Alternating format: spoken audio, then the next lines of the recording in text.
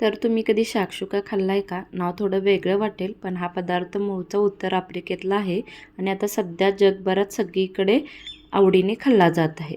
तर यासाठी काय करायचं आहे की एका कढईमध्ये 2 चमचे तेल गरम करून घ्यायचं. त्यामध्ये बारीक चिरलेला कांदा टाकायचा.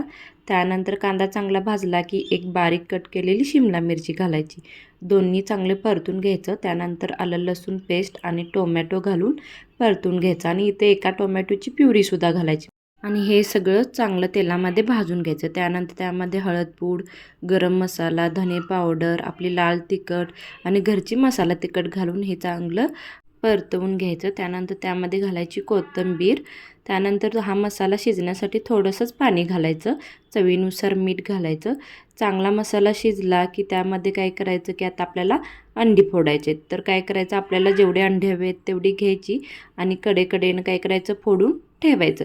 तर हे सगळं हलवायचं नाही. तर काय करायचं, थोडा वेळ 5 मिनिटं काय करायचं, हे झाकून ठेवायचं.